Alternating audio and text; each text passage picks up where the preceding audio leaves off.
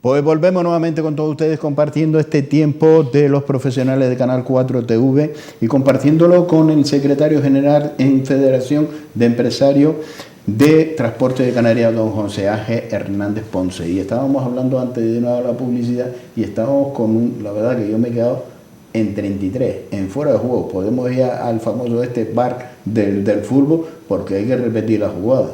La verdad es que es increíble la situación del transporte y con esta ley que hay que reformar y sobre todo con lo que ponía don José Ángel sobre la mesa, 3 leyes. Ponemos la ley de europea, con la ley de España, la española y con la ley canaria. Al final son tantas las leyes que el transportista no sabe a cuál acogerse y encima con las contradicciones que tiene. Con ese agravio comparativo en el cual el sector del transporte a nivel europeo va a años luz, mientras nosotros todavía estamos con las tartanas, así de claro, en el sector del transporte. Efectivamente, lamentablemente esa es la radiografía en la que estamos y además esta percepción es compartida por los cabildos insulares, porque evidentemente, claro, quien da la cara frente al público, frente al transportista, frente al ciudadano, los mostradores, son los cabildos a última hora y los ayuntamientos en algún caso. Y claro, son estas administraciones las que tienen que tratar de cumplir al mismo tiempo con la norma europea, con la española y con la canaria, que en muchísimas ocasiones son contradictorias. Y por lo tanto, pues como no hay nadie que ponga orden y concierto, pues cada cabildo adopta su interpretación del tema. Y esto hace años quizás no tendría unos efectos prácticos muy visibles, pero hoy día sí. ¿Por qué? Porque hace años las empresas de transporte principalmente operaban cada uno dentro de su isla, pero hoy día cada vez más hay un número creciente de empresas que operan en 2, 3, 4, 5 o incluso en las 7 islas, tanto de guaguas como de camiones. Y lo que no es razonable es que una empresa tenga que decirle a los trabajadores: oye, cuando vayas a Fuerteventura tienes que aplicar los criterios así, y cuando vayas a La Palma asado. Tendrán que ser los mismos en todo el territorio canario. Entonces, esa es una de las aspiraciones que tenemos y es una de las cuestiones en las que queremos involucrar a todos los cabildos y al Gobierno de Canarias para realmente resolver esta situación que nos está haciendo perder competitividad a la economía canaria, al sector canario, frente a operadores externos. Y además no debemos olvidarnos que alrededor nuestra, no solo en la península, sino en los países de la costa africana que están frente a Canarias, se están terminando de construir puertos de mucho volumen de operación, con inversiones de dinero muy grandes, donde no solo están los gobiernos de esos países, sino operadores internacionales de otros países que están haciendo inversiones muy fuertes, y en cualquier momento dado se puede generar una infraestructura de logística y transporte a la que no vamos a ser capaces de hacerle frente, con lo cual es importantísimo, ya no solo para el sector del transporte, sino para Canarias como colectividad, como sociedad, el estar preparado a la vanguardia de lo que es necesario para poder ser competitivo. Y esto no conlleva, se me está viniendo a la mente, yo como inversor que quiero invertir y que quiero montar una empresa de transporte, me tengo que, en este caso, valorar y decir, bueno, yo voy a montar mi empresa en la península, porque con mi empresa en la península me acojo a las medidas de la Unión Europea, a las leyes europeas, por lo cual puedo, en todo el sector, puedo transitar antes de yo montar mi empresa en Canarias, porque en Canarias me la limitaría. No podría ese efecto de decir, yo monto mi empresa en Canarias, en el cual en un momento dado mis vehículos pueden ir a la península o cualquier país de Europa. En esta manera estás limitando a esas inversiones que se puede traer a cabo o inversores en el transporte en Canarias. O los propios canarios para invertir en flota y decir, vamos a expandir nuestro negocio. Esa es la última parte que a nosotros más nos preocupa, el que emprendedores canarios que decidan entrar con su riesgo a la actividad del transporte, entren, digamos, en un transporte de segunda división directamente. Nosotros creemos que tienen que tener la oportunidad de entrar al mismo mercado de transporte con las mismas posibilidades que los del resto de Europa. Y esa es una de nuestras reivindicaciones. Porque una inversión en transporte hay que valorarla mucho. Sí, los vehículos son caros. Hay que tener en cuenta que el precio medio, no digo los superlujos, medio de una guagua son 250.000 euros por unidad, y de un camión grande está en torno a los 100.000 euros de precio medio. Entonces, claro, que alguien decida meterse en una inversión de estas características es como comprarse un piso. Si me voy a comprar un piso, a ver si soy capaz de ganarme la vida con él. Entonces, bueno, encima comprártelo de segunda división como que no parece muy apetecible.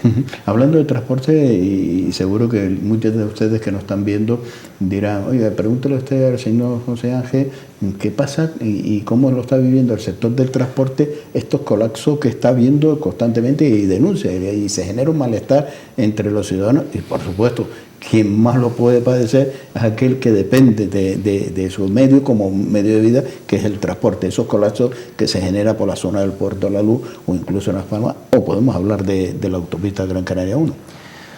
Bueno, ahí tenemos uno de los grandes hándicaps. Como bien dices, nuestras empresas son profesionales de la carretera y estamos todo el día pues haciendo kilómetros, lo que quiere decir que el atasco que un ciudadano a lo mejor soporta una vez al día o dos, nuestras empresas lo están soportando durante todos los minutos del día. Nosotros hemos identificado diversos escenarios de colapso circulatorio.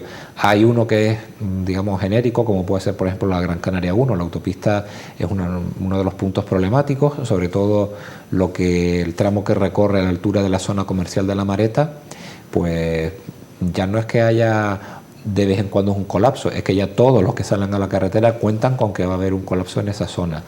Es una vía grande de varios carriles, pero que no da abasto para tanto vehículo, sobre todo en horas muy determinadas. Ahí hemos estado valorando y hemos propuesto a las administraciones públicas la posibilidad de ampliar la capacidad de la vía, pero con carriles busbao, que serían carriles para guagua, para transportes públicos, para taxis y para vehículos de alta ocupación, es decir, coches privados que lleven pues más de 3 personas, por ejemplo, con lo cual se les daría una cierta prioridad para descargar la vía a aquellos vehículos que solo llevan una única persona. Luego, en el caso de la ciudad de Las Palmas, lo nombro porque afecta a una gran parte de la población, tenemos la famosa zona del Istmo, lo que va desde la Plaza de Belén María en la salida del puerto hasta Torre Las Palmas en el nudo de los túneles de Julio Luengo. Eso yo creo que desde hace más de 15 años es un punto negro de las comunicaciones que además se ha ido complicando con el tiempo. ¿Por qué? Porque el puerto ha ido creciendo y no solo con actividades meramente portuarias. Se ha implantado un acuario, se han implantado 2 estaciones de ferry, la de Fredolsen y la de Armas, que mueven mucho pasaje, mueven mucho vehículo, es un servicio para la ciudadanía, no es solo mercancía, y todo transita por esa zona. El polígono industrial del Cebadal también ha crecido en actividad. Y ha crecido incluso en actividad ya no solo de almacenamiento, sino comercial. El vial principal del Cebadal es prácticamente la ciudad del motor. Son todos concesionarios de coches que llaman a muchos clientes que operan por ahí. Y esa zona de tránsito pues es complicada. Nosotros calculamos que los vehículos de transporte en ese istmo están perdiendo entre un 10 o 15 del tiempo diario de operación, es decir, de todas las horas que está un camión operando al día, entre el 10 y 15% del tiempo se lo invierte en atravesar desde Belén María hasta Torre de las Palmas. Es mucho tiempo, mucho dinero, mucho trabajador, mucho combustible, es decir, es un tema complicado. Y ahora tenemos desde el mes de junio un problema que ciertamente es absolutamente incomprensible, que es la salida del Puerto de la Luz. La salida del Puerto de la Luz tiene un único punto de salida mayoritario para vehículos, que es la rotonda de Belén María. Digo un único punto porque la salida por el Parque de Santa Catalina es prácticamente inviable. Es una salida que da al centro comercial, el muelle, y eso no es una vía de desalojo del puerto. Sí. Hasta el mes de junio, pues bueno, se salía con relativa normalidad. A partir del mes de junio, la Guardia Civil de Tráfico ha aplicado un nuevo criterio de control a la salida, con lo cual de una vía que tiene 4 carriles para salir vehículos, lo ha restringido a solo 2, uno para vehículos turismo y otro carril para camiones. y todos los días hay un promedio de esperas de salida de en torno a 40-45 minutos. Es decir, que alguien que entra al muelle a hacer una gestión tarda 40-45 minutos en salir. Hemos tenido varias reuniones con diferentes administraciones, pero no hemos encontrado la solución. Es decir, lo único que existe es un cambio de criterio, porque hasta junio la Guardia Civil era la misma, los transportistas eran los mismos y las carreteras eran los mismos y no había problema. Y a partir de junio se aplica un nuevo criterio y surge el problema. ¿Cuál es nuestra denuncia? Nuestra denuncia es que ningún responsable de ninguna administración pública está haciendo absolutamente nada por solventarlo. Claro, esto afecta en primer lugar a los transportistas, pero afecta también a todas las personas que trabajan dentro del muelle, que hay un gran pulmón económico dentro del puerto, y afecta a todos los ciudadanos que se muevan entre islas en barco, porque resulta que pueden tardar 1 hora y algo en venir de Tenerife y luego se pegan 45 minutos nada más que para salir del puerto, para salir hasta la rotonda. Después espere usted la cola de llegar hasta Torre de las Palmas. Entonces, nosotros entendemos que esto es absolutamente inviable. Actualmente hay servicios de taxi que están empezando a negarse a entrar al Puerto de la Luz. Si alguien coge un taxi en determinados momentos del día, le dice, mire, yo le dejo por fuera en la entrada, pero no le llevo dentro porque entonces no salgo. Y servicios de guaguas que atienden a los clientes de esas guaguas o a cruceristas y demás, que también están empezando a decir, mire, yo le espero fuera, pero dentro no me haga usted caminar porque luego no salimos. Entonces, entendemos que es una situación... Y es comprensible. Claro, es inviable, porque alguien, pongamos el hecho de un taxista que va a cobrar una carrera de 5 euros por llevar un cliente para llevarlo adentro del muelle y luego va a tardar 45 minutos en salir, pues prefiero no entrar. Está clarísimo, aunque tiene la obligación de prestarle servicio público, pero prefiere no entrar porque es absolutamente ruinoso. Entonces, bueno, hemos intentado buscar varias soluciones, hemos planteado incluso la posibilidad de que se abra una puerta trasera en el puerto que conecte con el Cebadal para aumentar el número de salidas.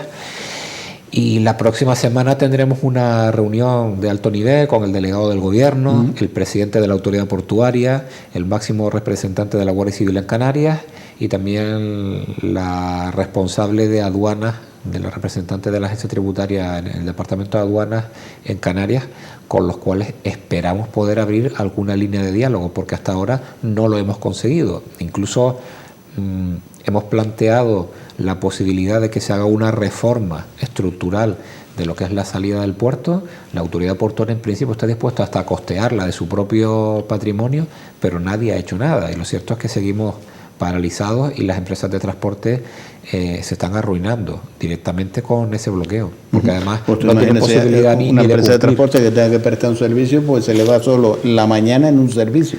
Efectivamente, el ratio de rentabilidad de un camión, es decir, para que un camión sea rentable, debería dar como mínimo 5 servicios diarios. Están dando entre 2, 3 en el mejor de los casos, pero normalmente 2 porque hacen 1 por la mañana y 1 por la tarde. Entonces eso es absolutamente ruinoso y además afecta también a los clientes. Es decir, un hotel, cada vez los centros comerciales y los hoteles cada vez almacenan menos mercancía. Lo que hacen es pedirla en el momento en que la necesitan. Y claro, si un hotel, esa es la tendencia. Si un hotel pide un material para sus cocinas, para sus piscinas, para lo que sea, y resulta que llegamos tarde a la hora de servirlo, estamos perjudicando al turismo, que es nuestro principal pulmón económico. O si un centro comercial pide una mercancía y en vez de por la mañana se lo llevamos por la noche o al día siguiente porque no podemos llegar, ha perdido todas las ventas de esa jornada. Entonces nosotros entendemos que la economía en Canarias no está para permitirse estos lujos. Y muchos centros comerciales tienen restringida la hora de recesión de mercancía, pues imagínese cómo se lo puede montar un transportista para poderle servir a... No, es un problema porque si un transportista lleva un contenedor de una marca comercial X y no llega a tiempo y le cierra el centro comercial, ¿qué hace con ese contenedor? Y con ese camión, que no puedes cargar otra mercancía hasta el día siguiente en que la entregue, no puedes atender a otro cliente. Es decir, están matando directamente la actividad del transporte. Y ocasionando una responsabilidad enorme, para ver dónde deja ese contenedor, que no reciba un acto vandálico, a ver todos los follones que puedan llevar. Efectivamente. Entonces, es que lo vemos fácil, pero es complicadísimo. Es muy complicado. Pues sí que lo tiene muy difícil el sector del turismo, del transporte con esta situación. Sí. Efectivamente. Entonces, nuestro papel como federación está en darlo a conocer al público y sobre todo en conciencia, porque lo que nos encontramos Sí. una y otra vez es que las personas representantes de las administraciones con las que nos sentamos no son conscientes de qué es lo que representa el transporte en la economía, en la sociedad. Habrá que montarlo en un camión, en una guagua, en un taxi y decir, haga usted ese trabajo. Digo yo, ¿no? Lo estamos invitando, los estamos Es que yo creo que a veces, hasta que no lo vivimos en primera persona, no somos conscientes de esa situación. Los estamos invitando, incluso a sabiendas de que vendrán con su cuadro de fotógrafos de prensa para hacer campaña, pero estamos dispuestos a lo que sea. Sí, pero que se suban un camión, ¿no? Para que suban el camión, vaya usted al contenedor y ahora lleve la rutina de un transportista. Los estamos invitando, todavía ninguno se ha subido, todos nos dicen que sí, que es una gran idea, pero todavía no hemos conseguido que ninguno se suba. Para vivir las dificultades tienen que vivirla en primera persona, parece ser, para que busquen solución. Oye, ¿qué dificultades están habiendo en Canarias para la capacitación de gruistas en Canarias? Bueno, para los operadores de las grúas de alto tonelaje, las grúas estas muy muy grandes, las que construyen los grandes puentes, las grandes carreteras, se requiere un carnet profesional para el que hay que hacer un curso y luego un examen oficial en la Consejería de Industria. Estamos teniendo algo que le hemos planteado a todas las administraciones y para el que estimamos que hay que poner remedio inmediatamente. Resulta que tenemos en nuestra federación, en toda Canarias, un parque de empresas que tienen esas grúas. Para que nos hagamos una idea, el precio medio de una grúa de esas características de alto tonelaje viene estando en torno al 1,5 millones de euros por unidad. 1,5 millones de euros. Resulta que se convocan los cursos de formación y luego los exámenes, que quien los tiene que convocar, quien tiene que examinar es el Gobierno de Canarias, no hay exámenes. No hay exámenes. No conseguimos que los exámenes vayan coordinados con los cursos de formación. Actualmente hay personas que han hecho un curso a principios del año 2019, han pasado ya pues 6 o 7 meses y no hay exámenes. Claro, nosotros lo que planteamos es varias cuestiones. La primera, son exámenes difíciles y lo que queremos es que según terminan el curso de formación los examinen. Sería lo normal. Claro, porque después de 6 o 7 meses la cosa se diluye.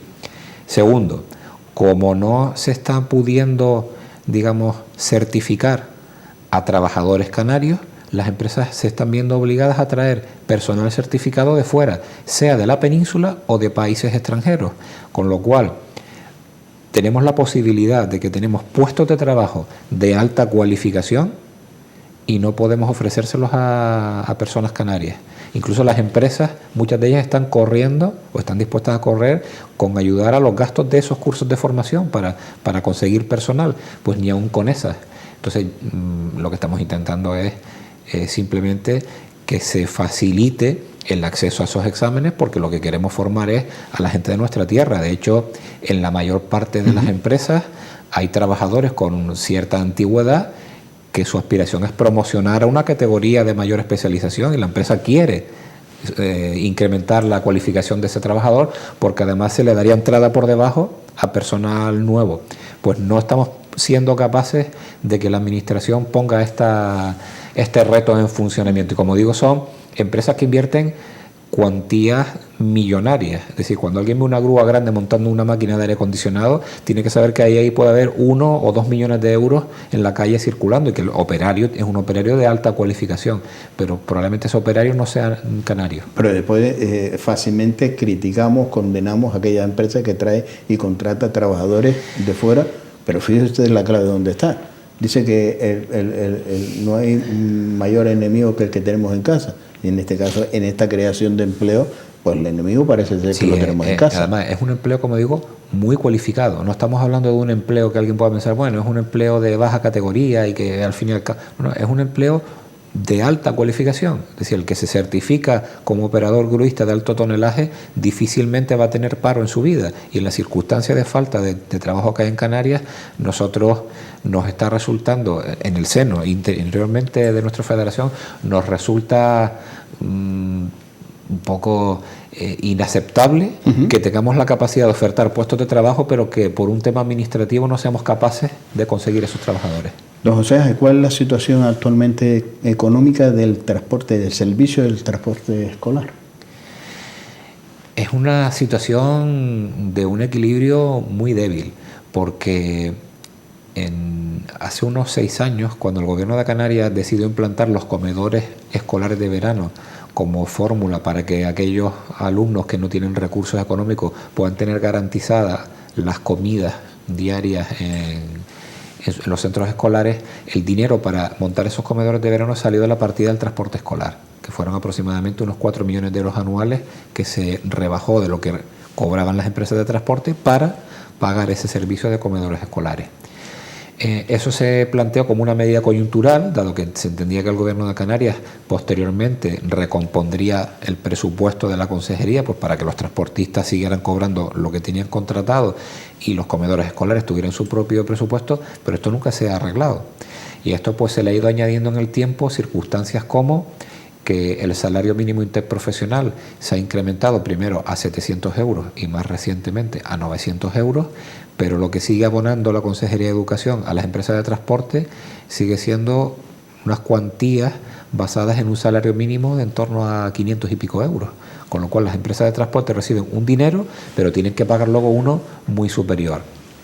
Y además, las actualizaciones de IPC que anualmente hay que ir incrementando, pues la Consejería de Educación a partir del año 2012 no ha actualizado nunca los precios. Llevamos 7 años sin cobrar esas actualizaciones. Entonces esto ha puesto en un disparadero muy delicado a muchas empresas, porque evidentemente además se da la curiosidad de que mientras más grande es la empresa, mientras mayor número de rutas escolares tiene, más desfase económico se le genera, con lo cual más déficit está generando. Y estamos muy preocupados porque no estamos viendo que que se sea consciente en el actual Gobierno de Canarias, tanto en la Consejería de Educación como en el área de Hacienda, que se sea consciente de esta deuda, porque además no es una reivindicación que pidamos, documentalmente es un dinero que deben y que no están pagando. Si fuéramos a los tribunales tendrían que abonarlo. Pero sobre todo no se está siendo consciente del problema que se está generando en estas empresas de transporte escolar. Y no estamos viendo que realmente se le esté poniendo solución presupuestariamente de cara al 2020. Es uno de los temas que queremos reforzar en este último trimestre del año. Últimamente ha sido noticia, y hablamos también de uno de los sectores económicos, que es el turismo, ha sido noticia la quiebra de Thomas Cook. Pero en este caso no solo afecta a los empresarios hoteleros, también hay otros sectores que son también, que afectan en este caso esta quiebra de Thomas Cook, y entre ellos está el sector del transporte. En cómo ha afectado esta quiebra de Thomas Cook al sector del transporte.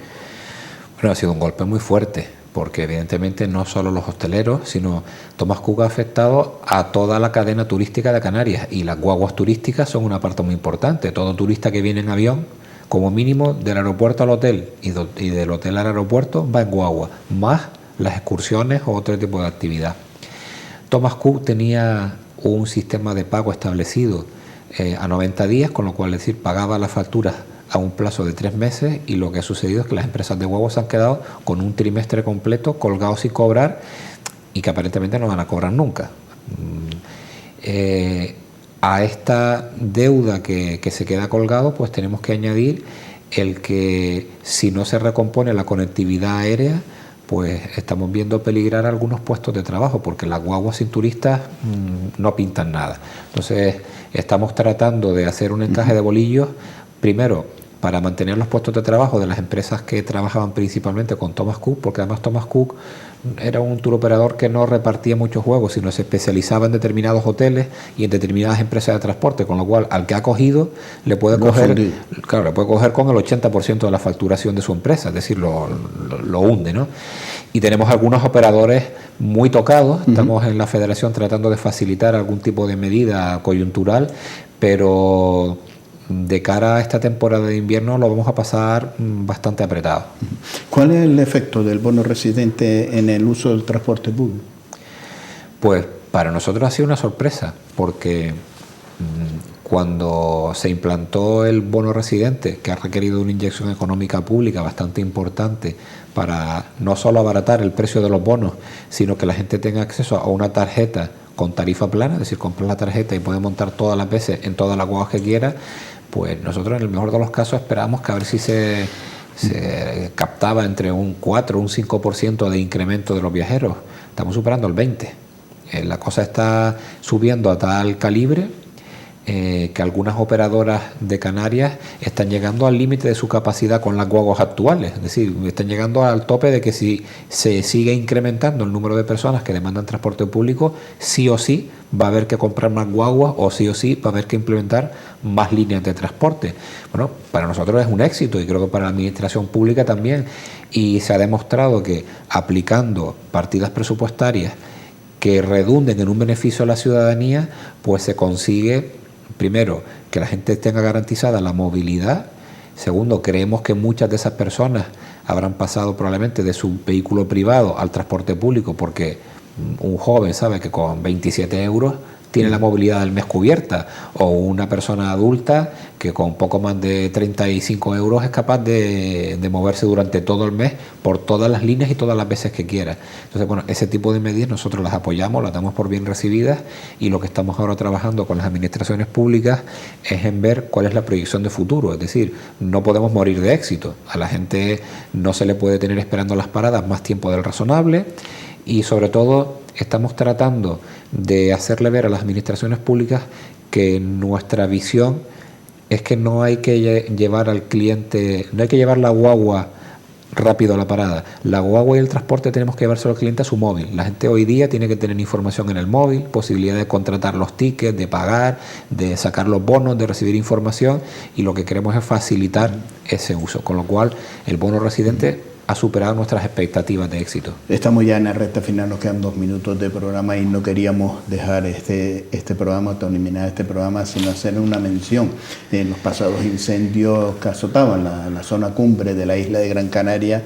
Uno de los sectores que se movilizó y apoyó, y ahí estaba ese sector, era el sector del transporte, apoyando logísticamente en lo que hiciera falta y colaborar para extinguir estos incendios. Sí, hemos tenido un papel de apoyo importante. Además, quiero resaltar que un papel voluntario, totalmente altruista y no organizado, en el sentido de que la federación no tuvo que ir a buscar a los transportistas, fueron los transportistas los que vinieron a nuestra federación a ofrecerse en qué es lo que le hace falta a Gran Canaria que podamos apoyar. Y básicamente fueron pues 2 colectivos. El colectivo de guaguas discrecionales, que de madrugada y a la hora que sea fueron a sacar a vecinos de todos los pagos y de todos los barrios del interior para llevarlos a zonas seguras, y principalmente también el colectivo de los transportistas de cubas de agua. Se montó un dispositivo de transportistas de cubas de agua cuya misión fundamental era surtir de agua a los servicios de bomberos, incluso al ejército, para que sus camiones no tuvieran que retirarse de la zona de fuego para repostar y volver a seguir combatiendo el incendio. Esa tarea la cubrieron los camiones Cuba, además de servir de apoyo en la extinción de pequeños rescoldos, de refrescar zonas agrícolas. Y bueno, al final montamos un servicio de coordinación en la federación directamente con los ayuntamientos y con el Centro de Coordinación de Emergencia, que dio un resultado estupendo.